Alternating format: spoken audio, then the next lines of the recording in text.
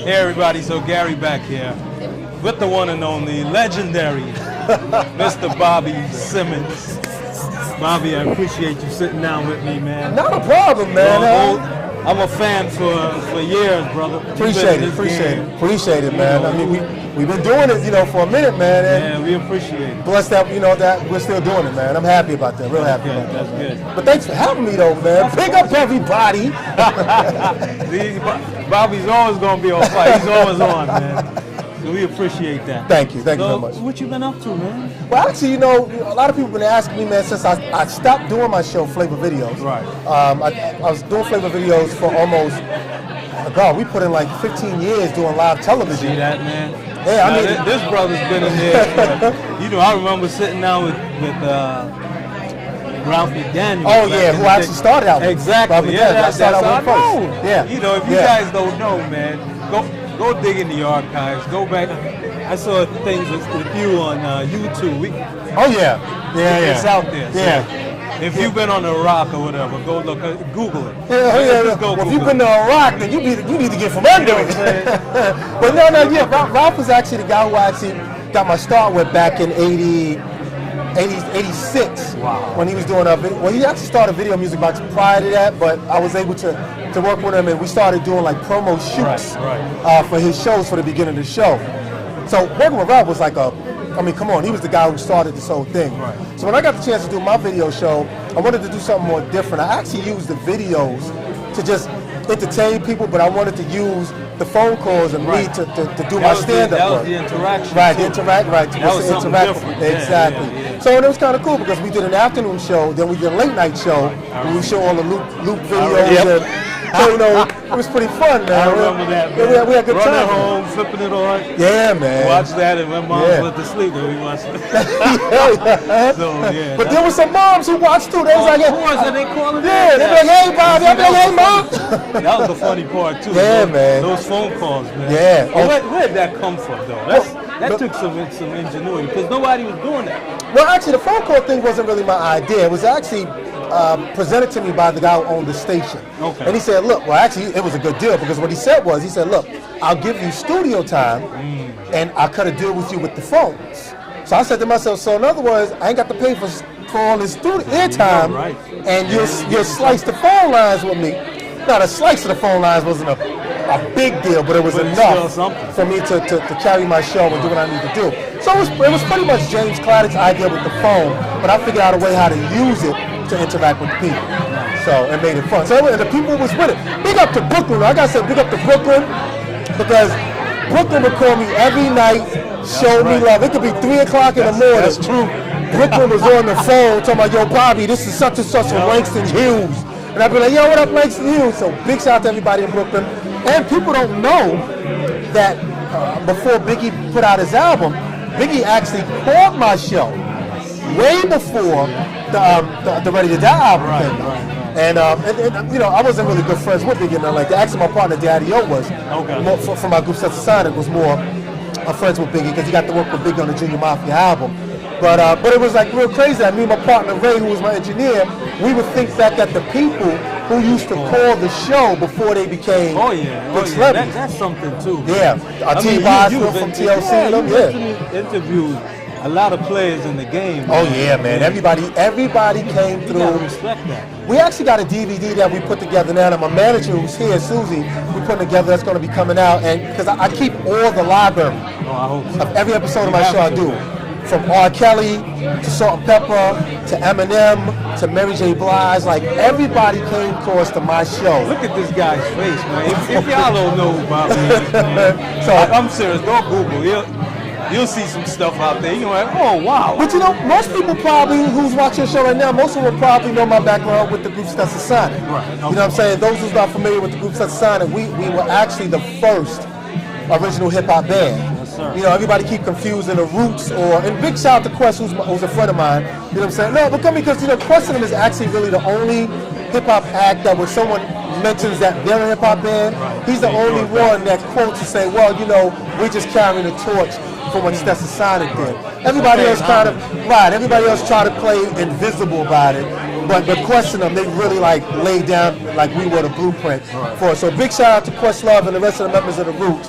And people don't know that we actually were the first original hip hop band back in 1985. You know what I'm saying? We were the first rap act that had drums, keyboards, and beats.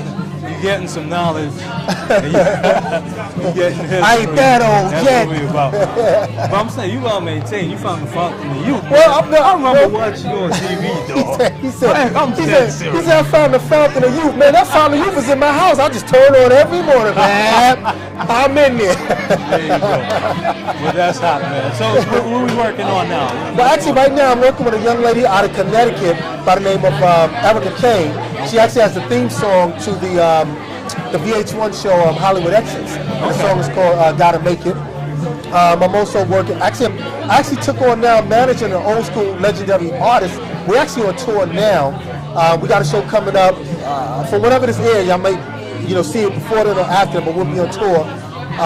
Saturday we at Studio Square Queens, then we do Lehman College March 1st. Legendary artist Fonda Ray. I'm managing her. Wow. And for those who don't know who Fonda Ray is, she had the hit record Over Like a Fat Rat and Touch Me All Night Long. So now I'm managing her now, and I also manage and tour with Shannon. I'm Shannon's drummer, musical director, who had the hit record Let the Music Play. Man. I'm trying to stay busy, man. You're a mediapreneur, brother. That's the label I'm giving them. There's the fountain of youth. I don't sleep. I don't sleep. That's where it is. That's where it is. Man. So it keeps me busy. So a lot of that, I'm doing a lot of that work, and then I got the show, the Bobby Simmons show, back up again too. But it's different. It's not like Flava videos. I don't really play videos. It's more of a talk show kind of thing. Oh, sweet.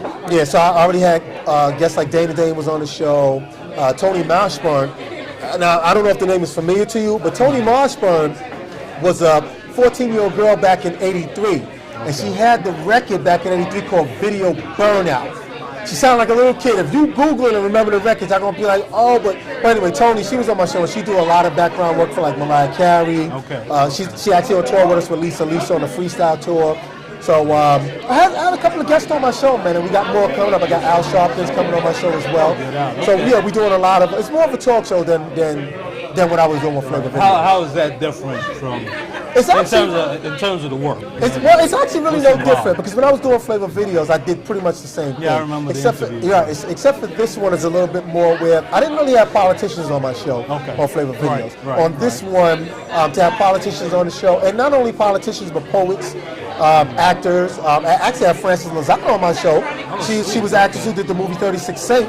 And she came on my show too as well. So we have everybody on the show actually. Exactly. So it's more of a talk show than like a video show. So, but I'm enjoying it. I'm having fun doing it. Now, talk to us real quickly about, in terms of the music then, when you guys came out, versus now.